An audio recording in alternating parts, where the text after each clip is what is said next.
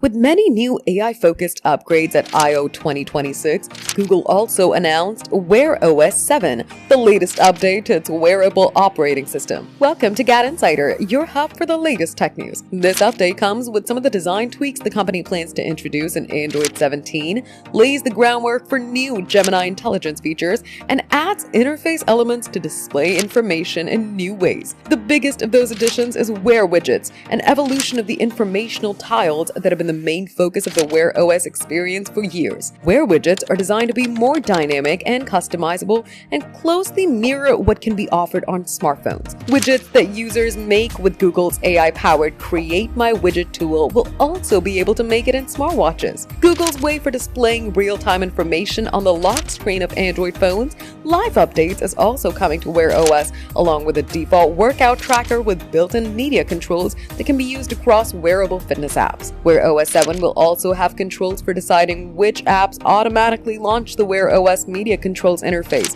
making it easier to switch between headphones and speakers. And of course, Gemini would take care of your AI experiences. Wear OS 7 includes several APIs that can be used by developers to hook up their apps to Google's Gemini. Those include an App Functions API that can integrate features and functions of apps with Google's Assistant and can initiate any task, like placing an order through a food delivery app directly from your wrist. These all features will definitely come in handy.